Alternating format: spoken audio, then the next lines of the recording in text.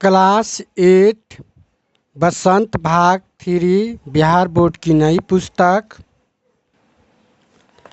अध्याय 7 कबीर की साखियाँ। ये कबीर दास की दोहे लिखे हुए हैं। आइए इस चैप्टर का हम सभी क्वेश्चन को आज हल करेंगे। चलते हैं क्वेश्चन की तरफ। प्रश्न अभ्यास पाठ से प्रश्न 1 में कह रहा है, तलवार का महत्व होता है, म्यान का नहीं। वक्त उदाहरण से कबीर क्या कहना चाहते हैं स्पष्ट कीजिए। समझिए, तो जो कवि है, कवि कह रहा है तलवार का महत्व होता है ना कि म्यान का। म्यान जो होता है तलवार रखने वाला, समझ गए। तो यही कबीर का कहना है, स्पष्ट कीजिए। तो चलिए इसका उत्तर हम इस प्रकार से करेंगे। तलवार का महत्व होता है, म्यान का नहीं। इस उदाहरण में कबीर दास यह कहना वास्तविक महत्व उसके बाहरी रूप रंग या दिखाने से नहीं, बल्कि उनके आंतरिक गुणों और उनकी उपयोगिता से होता है। म्यान सिर्फ एक कवर है, लेकिन तलवार अपनी धार और लड़ाई की क्षमता के कारण महत्वपूर्ण है।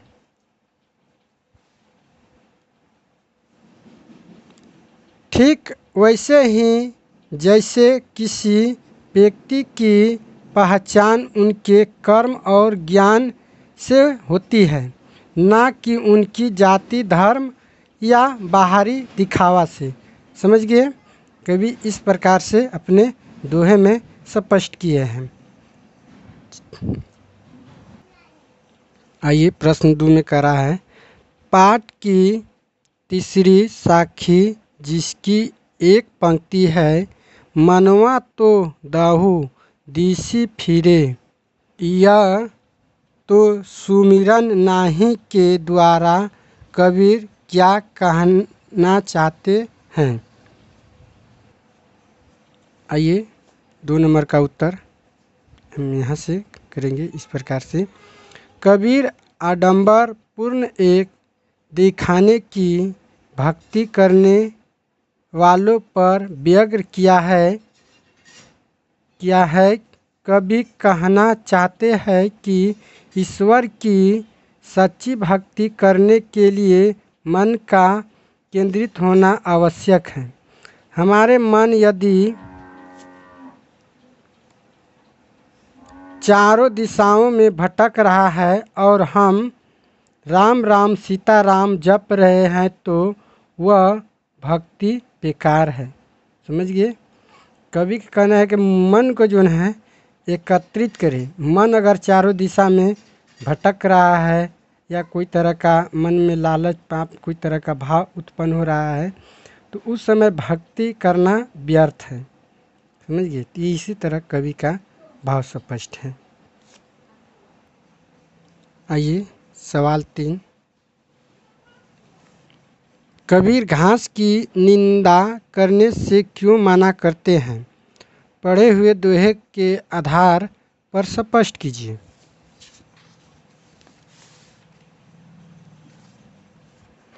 देख सकते हैं, कबीर ने घास की निंदा जो पाँव तली हुई उड़ित पड़े जब आँखी में खड़ी दुहलाई हुई। ये जो कवि का दोहा है, इसी के आधार पर स्पष्ट करने को बोला है। तो आइए 3 नंबर का उत्तर हम यहाँ से इस प्रकार करेंगे। कबीर अपने दोहे में घास की निंदा करने से मना करते हैं, क्योंकि यदि यह घास का तिनका आँख में या पैरों में चुभ जाते हैं तो बहुत परेशानी होती है। कबीर के दोहे में घास का आश्रय दबे कुचले कमज़ोर व्यक्तियों से है। यह संदेश देते हैं, हमें सबका सम्मान करना चाहिए, चाहे वह छोटा हो या बड़ा, अमीर या गरीब हो। समझिए, कबीर इस पंक्ति के दोहे में कहा है कि हमको सभी का सम्मान एक बराबर रख करना चाहिए, ना कि भेदभाव। समझ गए। आइए प्रश्न 4 में करें। मनुष्य के व्यवहार में ही दूसरों को विरोधी बना लेने वाले दोष होते हैं।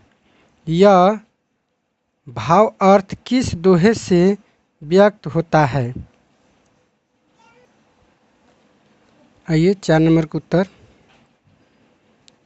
को समझेंगे। कहते मनुष्य स्वयं अपने व्यवहार से किसी का भी मन मोह सकता है अथवा अपने व्यवहार से शत्रु बना सकता है, जो कबीर ने इस दोहे में स्पष्ट किया है।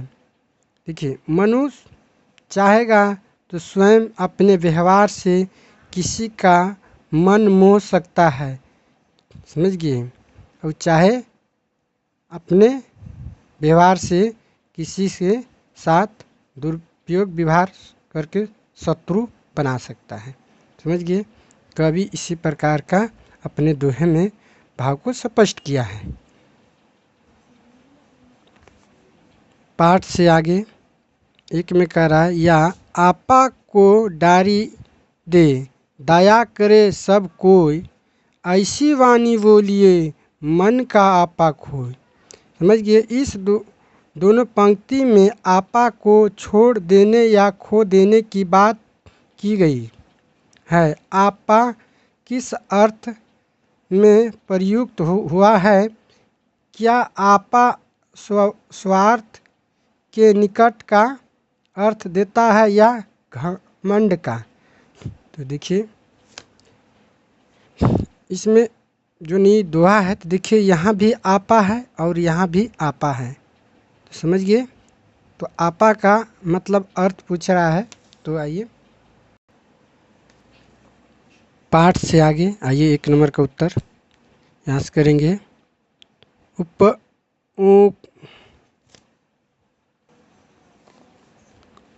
पाठ से आगे 1 नंबर का उत्तर कीजिए।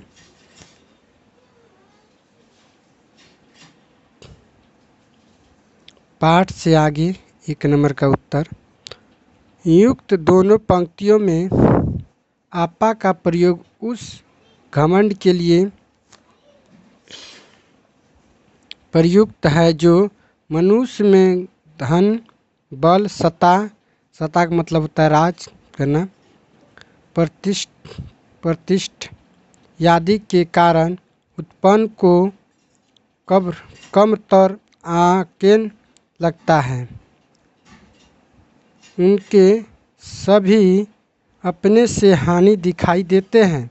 इस प्रकार अपने से घमंड ही अर्थ निकलता है। पाठ से आगे 1 नंबर का उत्तर हम यहाँ से करेंगे। युक्त दोनों पंक्तियों में आपा का प्रयोग उस घमंड के लिए प्रयुक्त है जो मनुष्य में धन, बल, सत्ता, प्रतिष्ठा आदि के कारण उत्पन्न को कमतर आकेन लगता है। उसे सभी अपने से हानि दिखाई देते हैं। इस प्रकार आपा से घमंड ही अर्थ निकलता है। कहने का मतलब है आपा का अर्थ घमंड ही निकलता है। समझे। पहली पंक्ति में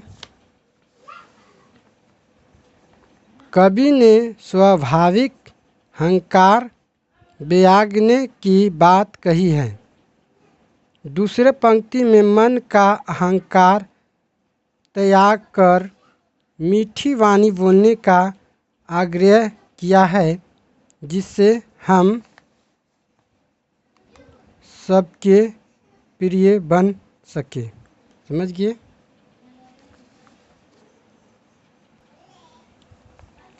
देखिए 2 नंबर में कह रहा, अपने विचार में आपा और आत्मविश्वास में तथा आपा और उत्साह में क्या कोई अंतर हो सकता है? स्पष्ट करें। देखिए 2 नंबर में कहता, आपा और आत्मविश्वास। आपा का अर्थ अहंकार, जिसके कारण व्यक्ति स्वयं को दूसरे से श्रेष्ठ समझता है, जबकि आत्मविश्वास का अर्थ है अपने ऊपर विश्वास, जिसके बल पर वह असंभव कार्य करने की ठान लेना है और पूरा करता है। आपा और उत्साह।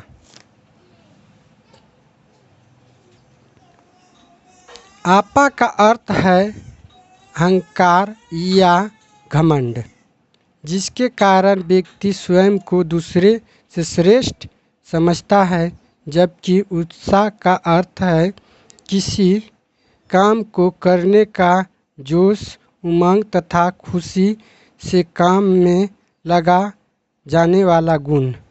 यही है, समझ गए उत्साह का मतलब, समझ गए।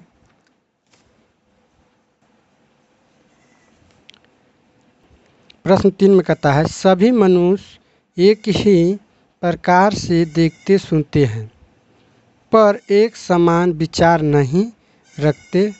सभी अपनी अपनी मनोवृत्तियों के अनुसार कार्य करते हैं। पाठ में आइए कबीर की किस साखी से उपर्युक्त पंक्तियों के भाव मिलते हैं?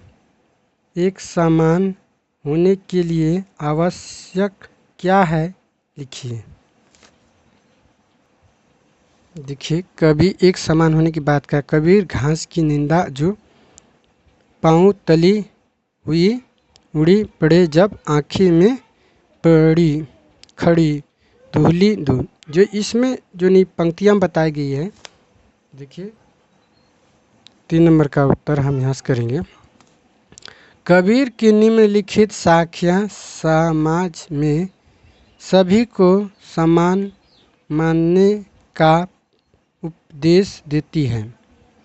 ये दोहा है जो अभी हम दिखाए थे, कबीर घास ना निंदिए जो पाँव तली हुई उड़ी पड़े जब आँखी में खड़ी धूली हुई। ये दोहा है। इसके बाद हम यहाँ से लिखेंगे, एक समान होने के लिए समाज से हर प्रकार का भेदभाव समाप्त होना चाहिए। यह भेदभाव चाहे जाति या हो या आर्थिक, सभी लोगों को एक दृष्टि से देखना चाहिए तथा किसी के साथ पक्षपातपूर्ण व्यवहार न किया जाए, जिसके अलावा अपने धन बल का प्रयोग कर किसी को सताया या परेशान ना करे। समझ गए। आइए प्रश्न 4 में कह रहा है, कवि ने दोहे को साखी क्यों कहा जाता है, ज्ञात कीजिए। आइए 4 नंबर का उत्तर हम ऐसे करेंगे, कबीर के दोहे को साखी इसलिए कहा जाता है क्योंकि साखी साक्षी शब्द का तद्भव रूप है, जिसका अर्थ है आंखें देखा हुआ गवाह या गवाही। अनपढ़ कबीर ने इस दुनिया से सब सुना देखा और सहा। इसके उपरांत उन्होंने अनुभव को दोहे के रूप में व्यक्त किया। कबीर के दोहे ज्ञात का कोश है, वह मनुष्य को कुछ न कुछ साखी देता है। समझ गए। तो जो कबीर का दोहे है, इस दोहे में कह रहा है कि ज्ञान का कोश है, यह मनुष्य का कुछ न कुछ साखी देता है, सिखाता है। समझ गए। इसी प्रकार से अपने को भी पर ऐड करते जाएंगे। आइए ये आखिरी सवाल है, भाषा की बात। बोलचाल की क्षेत्रीय विशेषताओं के कारण शब्दों के उच्चारण में परिवर्तन होता है। जैसे वाणी शब्द वाणी, देखिए जब वाणी है जब है वाणी बन जाता है।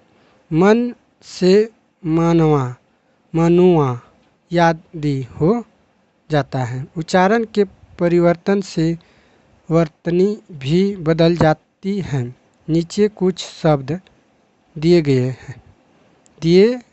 जा रहे हैं, उनका वह रूप लिखिए जिसमें आपका परिचय हो। जैसे यहाँ पर दिया हुआ है ज्ञान, इसको हम ज्ञान को कैसे लिखेंगे? जीभ, पाँव, तली, आँखी बड़ी, इस सब को कैसे लिखेंगे?